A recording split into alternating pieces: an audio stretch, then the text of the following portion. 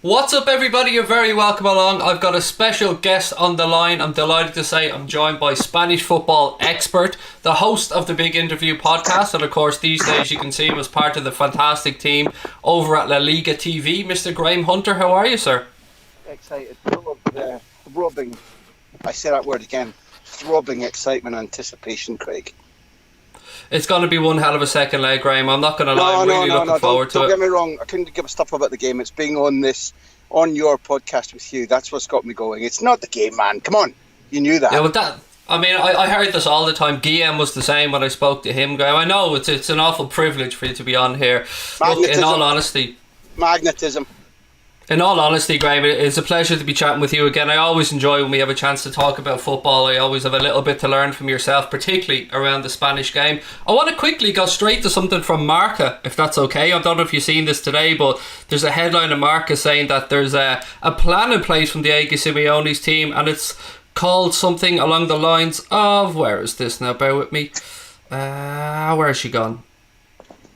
It is Anfield formula, and apparently Diego Simeone and the Atletico Madrid team, Graham, believe that the best way to come to Anfield is to attack and exploit what they believe are weaknesses in the Reds' defence. Yeah, that's according to Marca. What they've said is that they reckon that, and remember, Marca are not the most plugged in of the Madrid papers to Atleti. That's definitely Diario AS.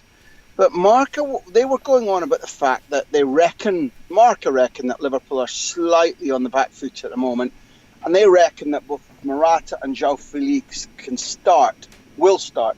Now, listen, you and I have talked a little bit about the game and how we think Atleti will line up, and I don't want to call Marca out, but let's go back to basics, Craig. Let's remember that it's Diego Simeone's team we're talking about here.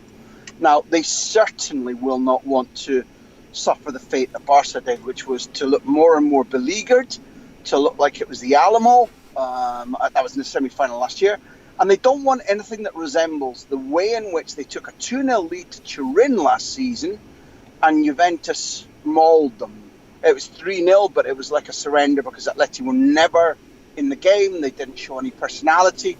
And they know full well that if they take that idea to Anfield, that we just Marca is trying to do is to state that since João Felix came back, he's looked sharper. He's been involved in goal chances. He's scored a couple. Morata had been on a very dry run, got a penalty at the weekend in what was an extremely exciting but ultimately another repetitive draw for Atleti.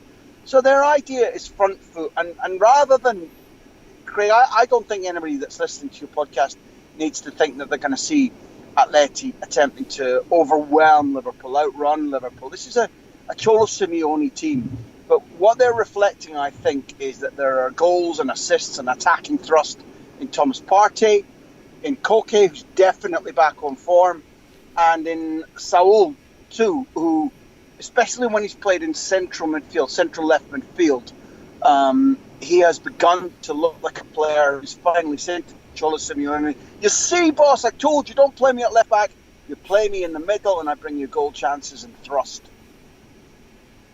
From our point of view, I'm sure you've noticed the drop-off when Jordan Henderson hasn't been available for this Liverpool team. So to have himself back, Andy Robertson back, who, let's be honest about it, Atletico are renowned for loving a bit of needle. Your fellow Scot, Mr. Andy Robertson, loves a bit of needle as well, Graham.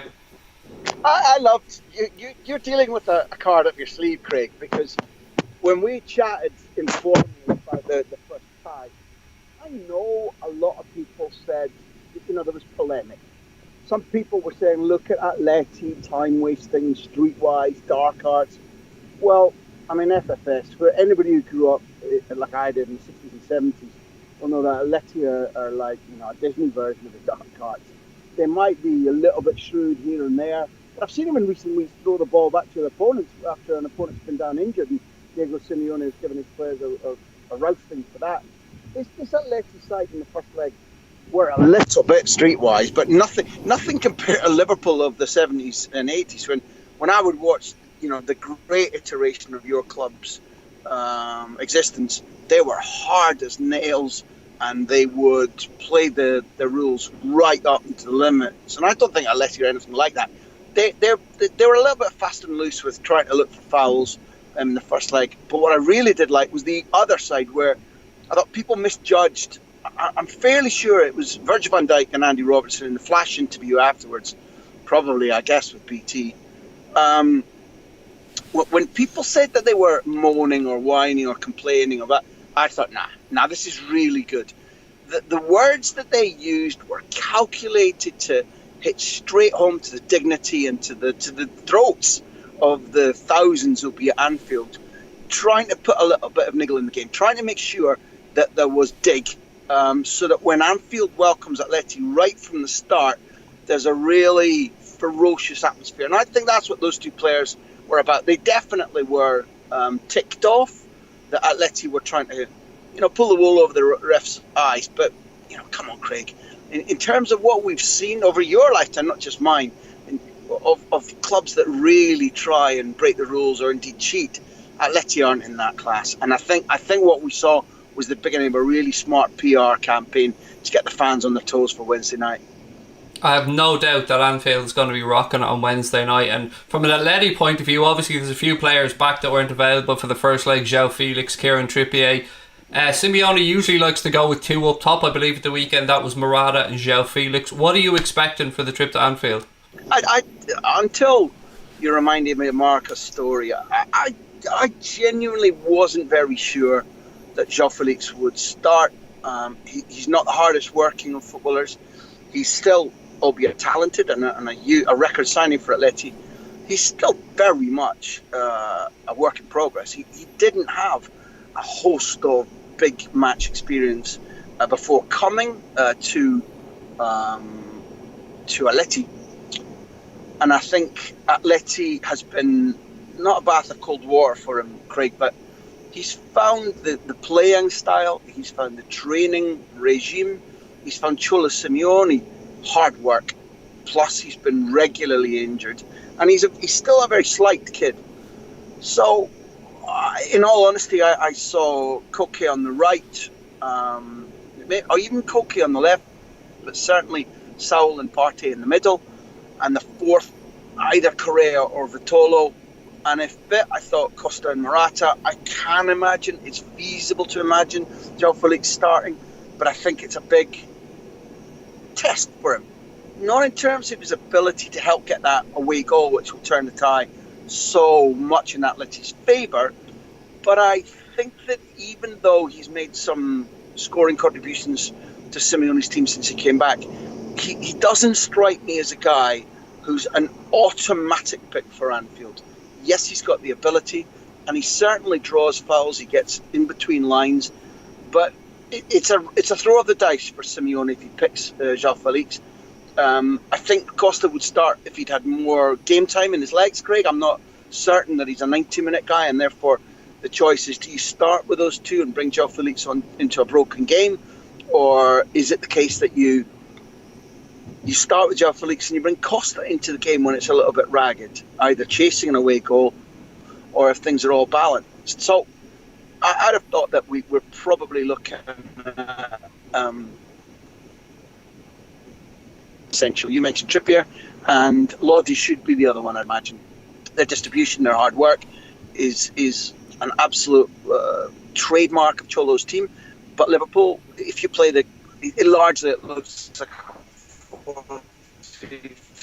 however you categorize it, playing 4-3-3 and there's width on either side, then getting in behind the Englishman and the Brazilian is absolutely fundamental for Liverpool.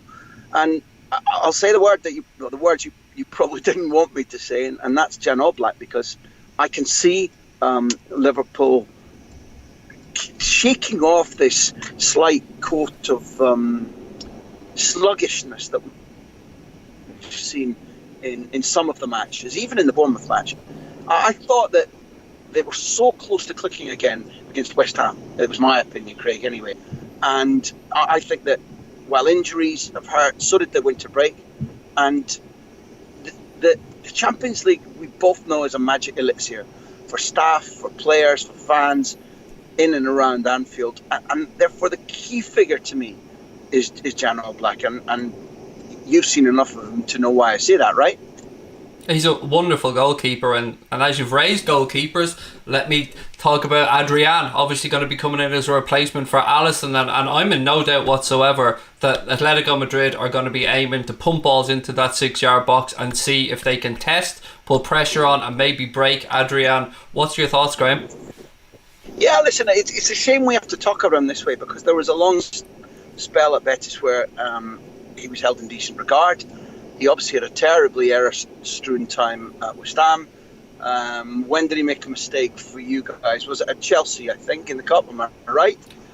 He's had a couple, but believe it or not, he is held in quite high regard by Liverpool fans. He's made some very good saves for us. Start of the season when Alisson wasn't available. I think there's a lot of love for him at Liverpool. That's the thing. There's no doubt in my mind that there was a stage where you would say, yeah, solid, reliable, decent size, competitive.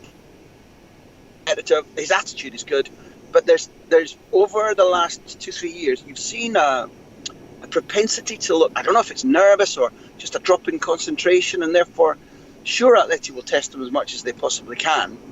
But I think, unless it's a very strange night, I see that as being intermittent. I see that the traffic will be similar to the majority of the first leg, and that Liverpool won't often have the chance to counter. I mean, that's really, really a big deal. Liverpool's efficiency on scoring from set play, scoring from breaking down pressure and not missing chances. I think that it's a very different side that you face compared to Barcelona in terms of cohesion, in terms of energy, in terms of physical and mental toughness. I think these are really important elements that differentiate Atleti and Barca, and therefore it will most certainly be a question of, even more importantly, I think, than the away goal, is not missing gilt-edged chances. If the opportunity is there, take it. Because if you compare Oblak to the two keepers in England who could get the most press,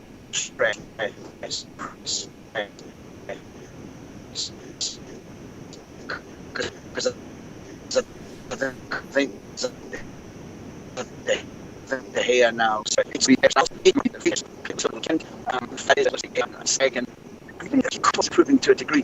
Oblak doesn't have that. That's the only modern implement that he's not a master of is playing out from the back.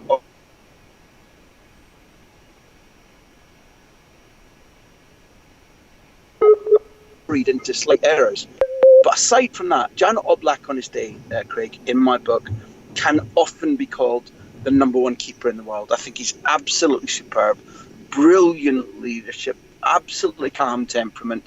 And that's the guy Liverpool have to somehow reduce him from being such an advantage. If you compare like to like with him and Adrian, Oblak is streets ahead, and they have to find a way to make the night hard for him, because he can be Atleti's ticket through. One thing that we haven't spoken about, and before I push you for a prediction, Anfield, what impact do you believe that the crowd are going to have on Cholo's team, of course on our team, and maybe, as you just suggested, on Jan Oblak? Anfield is infamous over here in Spain. People revere it. There's a massive amount of people who are about my age in the Spanish media, whether it's radio, television or print, who hold Anfield like some sort of holy citadel. And Liverpool too, because of course when they were growing up and English football was starting to permeate Spanish consciousness and be covered in the media more, Liverpool were dominant. So it's hugely famous over here. There are dedicated Spaniards who are dedicated to the Liverpool cause, make no mistake about that. But I don't think our Atleti are a team who'll be daunted by the atmosphere. It has to be that the atmosphere is influencing your players. Don't think that anybody in red and white for Atleti or whatever they play in their away strip is going to shrivel. That would be a mistake. The roar has to get wind beneath the wings of Klopp's team rather than daunt Atleti. And because I've arrived at my destination now, I'm going to tell you that my prediction at the beginning of the season was a Manchester City-Liverpool final in Istanbul. So long as the draw keeps them apart, I haven't changed my mind about that. But how you get through, I can almost see it being 1-0 in extra time. I'd like to spare everybody that that tension, but I honestly think that Liverpool's dip is particularly pronounced when they come up against a stuffy, hard-working, organised team like Atleti. I have no doubt that Liverpool on form are a significantly better team than Atleti. I think we need to point out that Atleti have been drawing huge amount of games. Now, a draw doesn't do Liverpool, but just because Atleti are on the up, and they are, they're crisper, quicker with the pass, they're certainly enjoying their football more, they're more confident, and that happened, that dates back to the game just before Liverpool in the first leg at the Metropolitano. It doesn't mean that Atleti should be favourites. This should still be Liverpool's tie. But boy, oh boy, Craig, your boys are going to have to be on form. I'm very much looking forward to it. And Graham, thank you so much. Ladies and gentlemen, don't forget to check out the big interview with Graham Hunter. There will be a link in the description below. Graham, safe travels, my friend, and thank you so much for your time. Enjoy your football in the knowledge that, Craig, you will never walk alone. Thank you, sir. Really appreciate your time, and safe travels, Graham. Cheers now. Bye-bye.